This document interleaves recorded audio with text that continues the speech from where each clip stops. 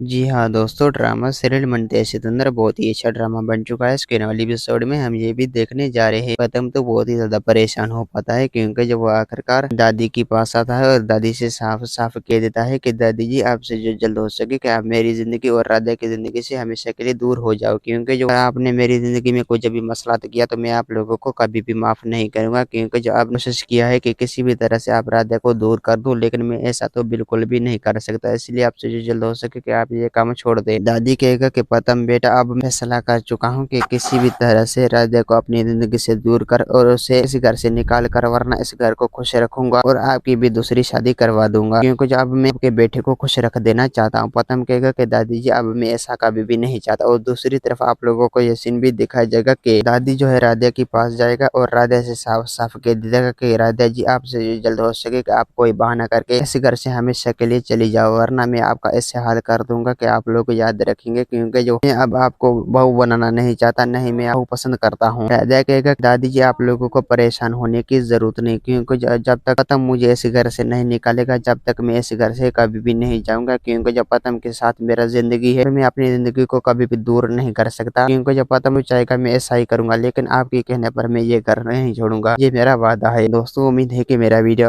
आप लोगों को अच्छी लगी होंगी। वीडियो अच्छी लगी तो वीडियो को लाइक और चैनल को सब्सक्राइब करना। खुदा हाफिज।